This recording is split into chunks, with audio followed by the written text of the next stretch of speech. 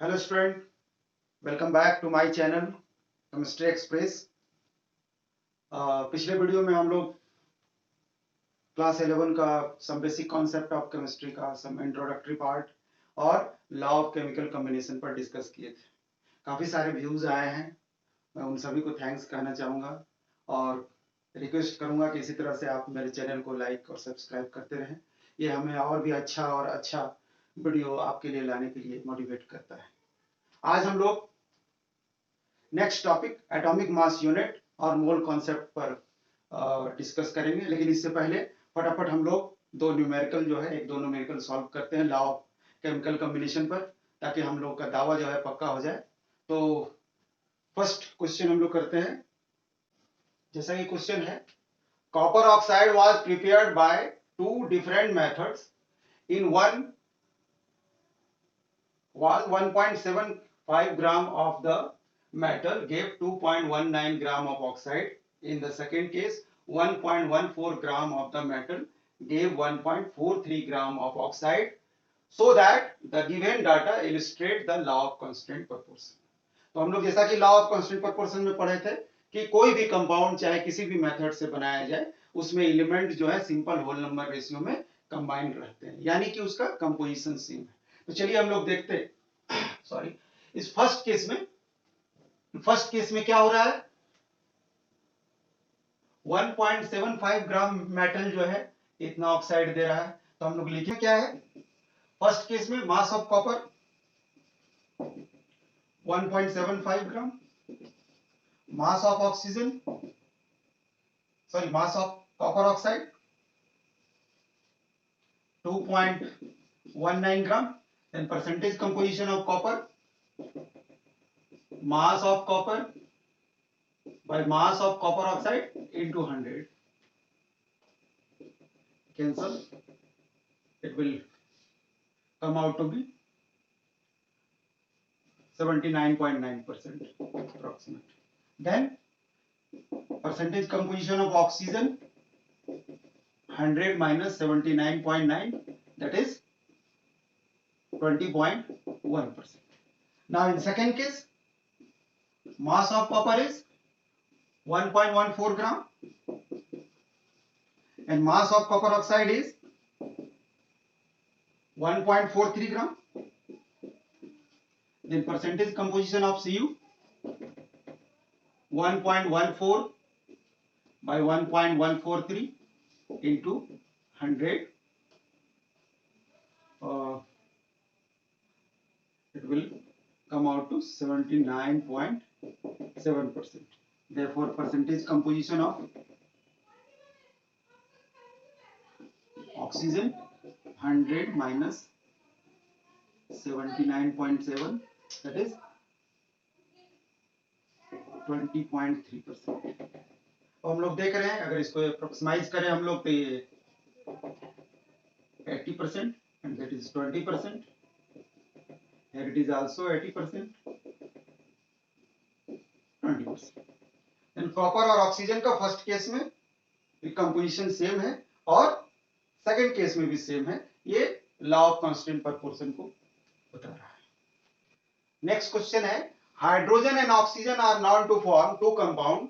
The hydrogen contained in one of this is 5.93%, while in other is 11.2%, so that this data illustrate law of multiple proportion. तो हम लोग law of multiple proportion से हम लोग क्या जानते हैं कि अगर दो एलिमेंट कंबाइन करके दो या दो से डिफरेंट कंपाउंड बनाते हैं तो एक एलिमेंट का डिफरेंट मास जो दूसरे एलिमेंट के फिक्स मास से कंबाइन होता है वो आपस में सिंपल होल नंबर रेशियो में कंबाइन होता है। तो यहाँ हम लोग देख रहे हैं कि परसेंटेज कंपोजिशन ऑफ हाइड्रोजन यहाँ क्या है, 5.9, hydrogen 5.93%, then oxygen 100 minus 5.93, it will come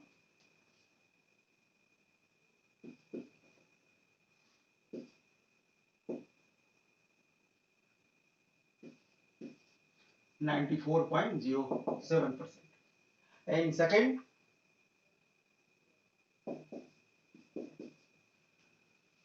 while other 11.2%, hydrogen is 11.2%, sorry, then oxygen 100 minus 11.2, it will come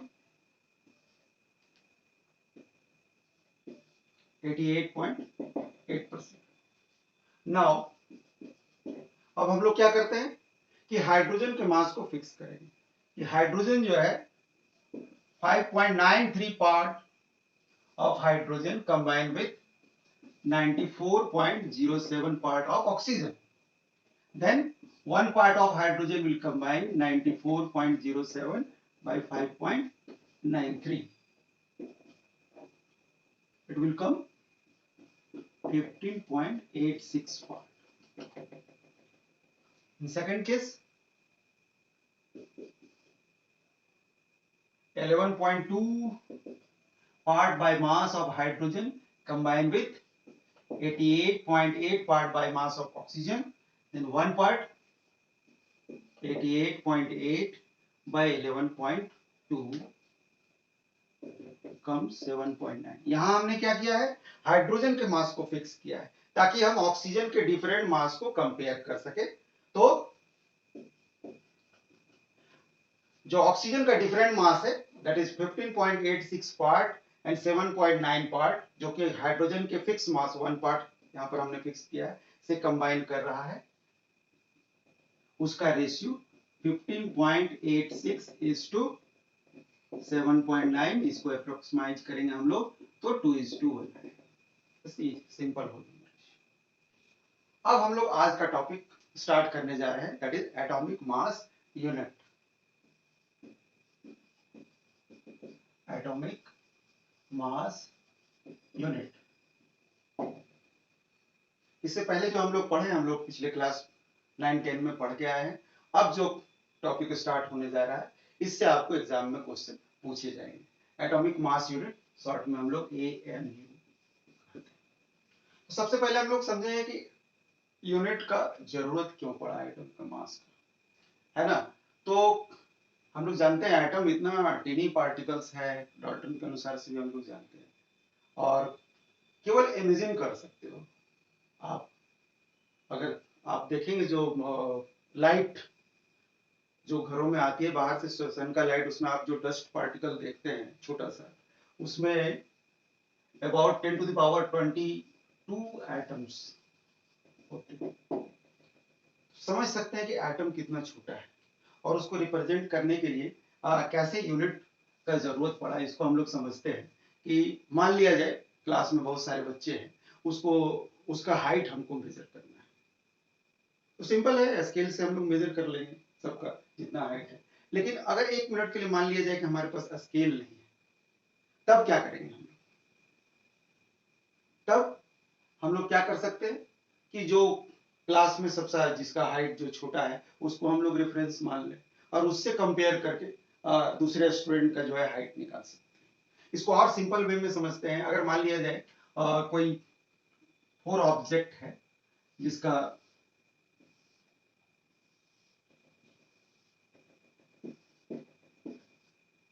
height हमको पता करना है, सिंपल स्केल से अगर हम लोग माप रहे हैं, ये 10 सेंटीमीटर है, ये 5 सेंटीमीटर है, ये 15 सेंटीमीटर है और ये 20 सेंटीमीटर। लेकिन अगर हमारे पास स्केल नहीं हो, तब जो ये सबसे छोटा देख रहे हैं, ये सबसे छोटा हाइट है, इसको हम लोग मान लेते हैं रेफरेंस। इसको अगर हम लोग 1 यूनिट मान ले तो ये क्या हो जाएगा, ये 2 यूनिट हो जाएगा, ये क्या हो जाएगा 3 यूनिट हो जाएगा, और ये क्या हो जाएगा 4 यूनिट हो जाएगा। Very simple. तो यूनिट जो है हमारा वर्क को इजियर कर देता है। अभी तो हम लोगों के पास बहुत सारा एडवांस टेक्निक आ गया है, mass spectrography, X-ray diffraction method, but at that time it was very tough job to calculate the mass of atom. इसलिए साइंटिस्ट लोग आर्बिट्रेरी हाइड्रोजन एटम के मास को 1 मान लिए और उससे फिर एटॉमिक मास यूनिट को डिफाइन किया कि atomic mass is a number which indicate that how many times an atom is heavier than mass of hydrogen. फिर बाद में लेटर ऑन फिर ऑक्सीजन को माना गया, और फिर एट लास्ट इन 1961 यूपेक वाले जो हैं उस समय आइसोटॉप्स का खोज हो गया था। मोस्ट स्टेबल आइसोटॉप्स C12 को रेफरेंस एलिमेंट उन्होंने माना। एक C12 एटम का मास, एग्जैक्ट मास 1.992648 इंटू 10⁻⁻³ ग्राम। इसको मान लिया गया 12 AMU। इस मास को साइंटिस्ट ने मान लिया 12 AMU। तो 1 AMU कैसे निकालेंगे? 1 AMU बराबर क्या हो जाएगा? Mass of 1 carbon atom C12 atom by 12, और फिर इससे सारे एलिमेंट का, एटम का जो है एटॉमिक मास कंपेयर करके निकाला गया। अगर हम लोग कहते हैं कि ऑक्सीजन का मास 16 है, 16 AMU है, दैट मीन्स कि ऑक्सीजन का एक एटम का मास 16 टाइम हैवियर है कार्बन के 1/12 पार्ट से। That is 16 into 1/12 into mass of 1 C12।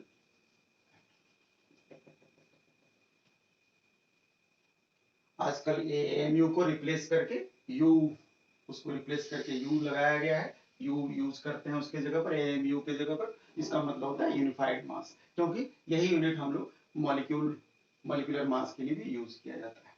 तो हम लोगों ने देखा कि एटॉमिक मास यूनिट जो है वो कार्बन के 12 पार्ट C12 एटम के 12वें भाग को रेफरेंस मान के किया गया है। एक्चुअली जो एक एटॉमिक मास कंपेयर करके जो निकाला गया है C12 के मास से, वो एक्चुअली एवरेज एटॉमिक मास है। इसलिए एवरेज एटॉमिक मास है कि बहुत सारे एलिमेंट जो है अपने आइसोटॉपिक फॉर्म में एग्जिस्ट करते हैं। जैसे क्लोरीन 2 आइसोटॉपिक फॉर्म में एग्जिस्ट करता है, एक एटॉमिक मास 35 एंड 37। तो अगर 2 अलग अलग एटॉमिक मास है तो ये कंफ्यूजन क्रिएट करने वाला चीज था उस समय। तो उसका एवरेज एटॉमिक मास निकाला गया। तो एक्सपेरिमेंटली ये देखा गया कि दोनों जो आइसोटॉप्स हैं क्लोरीन के, वो 3:1 के रेशियो में है। तो इसका एवरेज एटॉमिक मास क्या हो जाएगा, और कैसे इसको निकालेंगे? क्योंकि क्लोरीन 35 3 के रेशियो में है, 35 into 3 plus 37 into 1 divide 3 plus 1। When you calculate, it will come 35. Okay.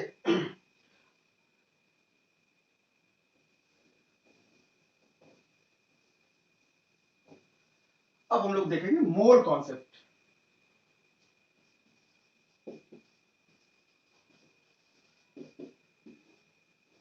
Mole concept,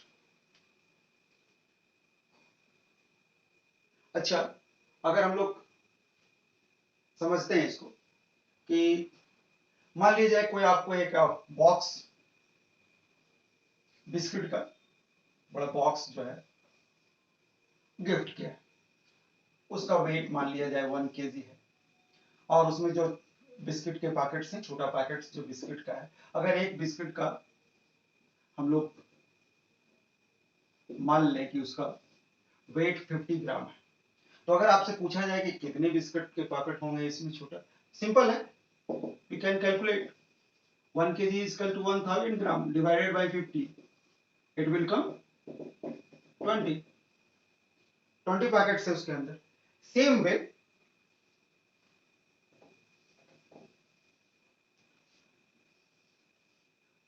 अगर आपसे कहा जाए कि ये एक पैकेट है जिसमें C12 जो है भरे हुए हैं, इस पूरे पैकेट का मास 12 ग्राम है।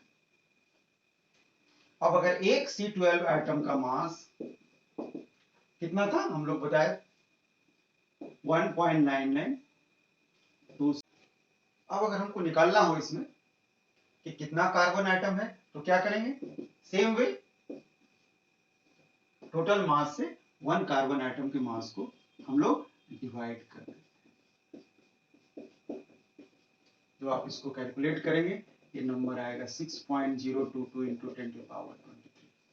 इस नंबर से हम लोग परिचित हैं, इसको फॉर्मली एवोगाड्रोस नंबर से जानते हैं। उनके ऑनर में दिया गया है एवोगाड्रोस नंबर, जिसे साइंटिस्ट लोग मान लिए हैं मोल। तो 1 मोल को हम लोग कैसे डिफाइन करेंगे कि a collection of 6.022 into 10⁻23 particles is called mole.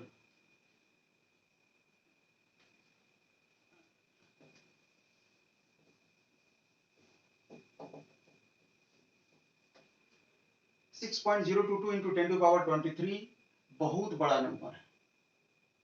इतना बड़ा नंबर है, आप इसको इमेजिन कर सकते हैं कि अगर इतना चावल के दाने अगर आपको दे दिया जाए तो ये पूरा अर्थ जो है 75 सेंटीमीटर हाइट तक कवर हो जाएगा। आप सोच सकते हैं कितना बड़ा नंबर है, और एटम का मास कितना छोटा है हम लोग देखेंगे। अब हम लोग देख रहे हैं कि क्या रिलेशन है, relation between atomic mass unit U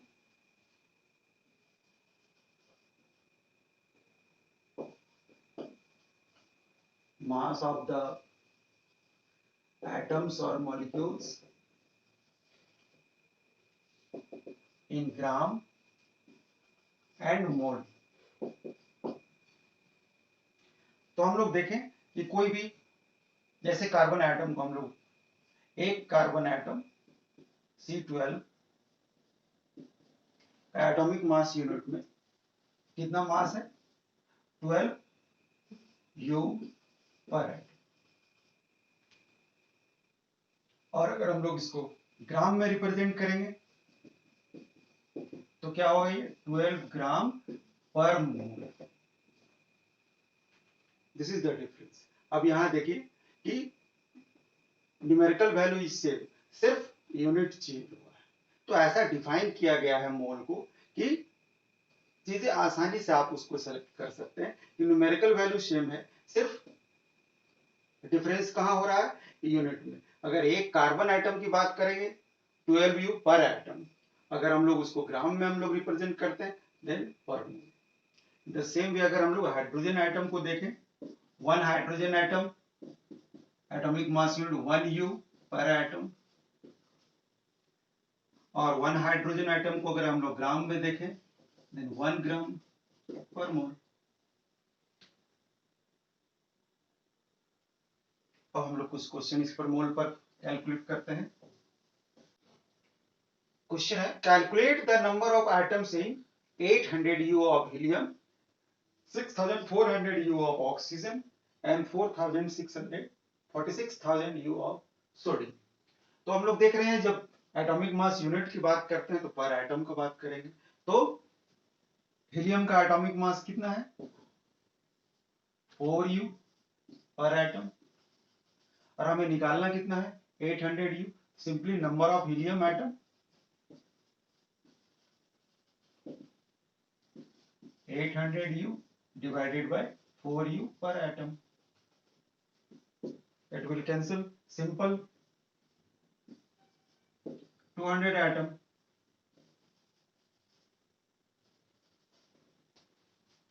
Unit is so defined that कोई झंझट नहीं।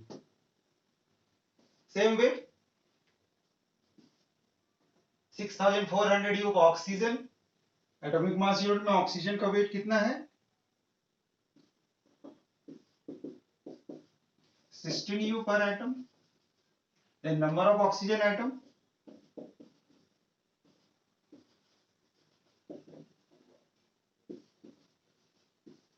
divided by 16 U per atom will cancel,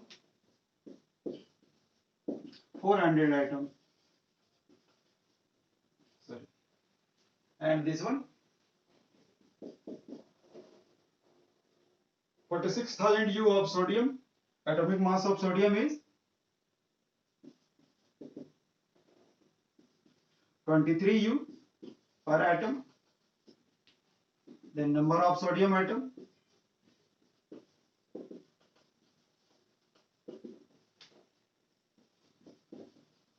1000 U divided by 23 U per atom. 2000 atom.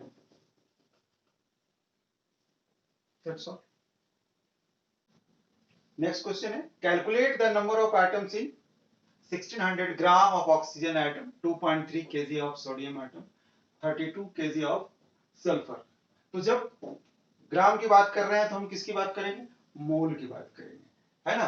तो what is the mass of oxygen in gram? Mass of oxygen is equal to 16 gram per mole. That is number of oxygen atom, 1600 gram divided by 16 gram per mole, cancel, that is 100 mole. और हम लोग जानते हैं 1 मोल में कितना atom है? 6.022 into 10 to the power 23. Then number of atom is 6.022 into 10 to the power 25.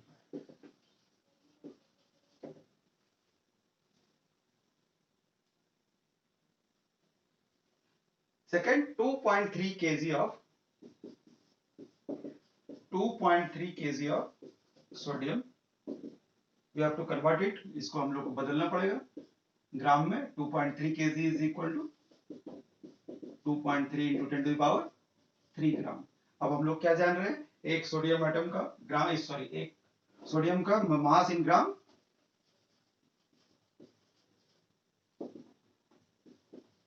23 gram per mole. Therefore, number of atom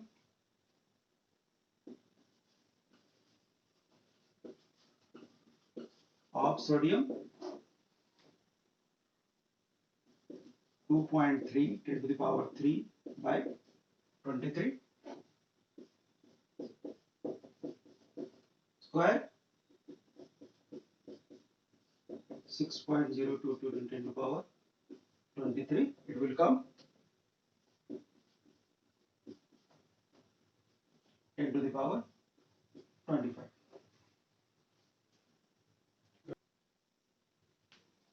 Third, 32 kg of sulfur.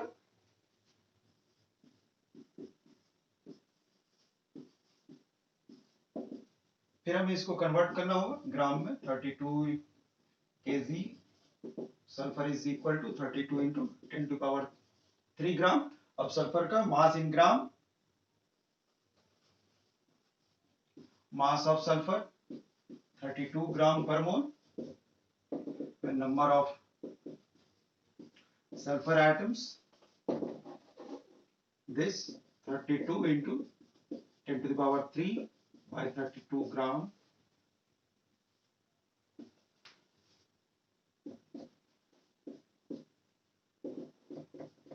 To the power 3 mole, that is 10 to the power 3 into 6.022 into, it will come 26 atoms. That's all. In the same way, हम लोग molecule के लिए भी mole concept use कर सकते हैं. जैसे example हम लोग लेते हैं वाटर मॉलिक्यूल के लिए. Molecular mass of water 2 into 1 plus 16, that is 80. जब हम लोग मॉलिक्यूल के लिए बात करेंगे, mass of H2O molecule 18 U per molecule, और mass of H2O molecule 18 gram per मोल. तो इस तरह से हम लोग देख रहे हैं कि चाहे एटॉमिक मास हो या मॉलिक्यूलर मास हो या आयनिक मास हो, अगर हम उसे ग्राम में रिप्रेजेंट कर दे रहे हैं तो वो मोल कहलाता है. तो इसको हम लोग सम्मिलित रूप से एटॉमिक मास या मॉलिक्यूलर मास या आयनिक मास, अगर उसे ग्राम में हम लोग रिप्रेजेंट करते हैं तो उसे मोलर मास कहते हैं. तो हम लिख सकते हैं molar mass is equal to atomic mass या मॉलिक्यूलर मास और आयनिक मास इन ग्राम। तो आज के लिए इतना ही वीडियो लेक्चर में। नेक्स्ट लेक्चर में हम लोग empirical formula mass, molecular mass और स्टोइकियोमेट्रिक टॉपिक कवर करेंगे। और एक बात मैं अपने चैनल के माध्यम से कहना चाहूँगा कि अभी जैसा कि लॉकडाउन चल रहा है और सभी इंस्टीट्यूशन जो है बंद हैं, तो उस खुलने के बाद आप लोग पर पढ़ाई का पूरा प्रेशर ना आ जाए, इसलिए मैं चाहूँगा कि आप ज़्यादा से ज़्यादा मेरे केमिस्ट्री एक्सप्रेस चैनल का फ़ायदा उठाएं। मैं हमेशा इसमें आपका योगदान करता रहूँगा नए से नए वीडियो अपलोड करके। तो आज के लिए इतना ही। Thank you, goodbye, see you in the next video.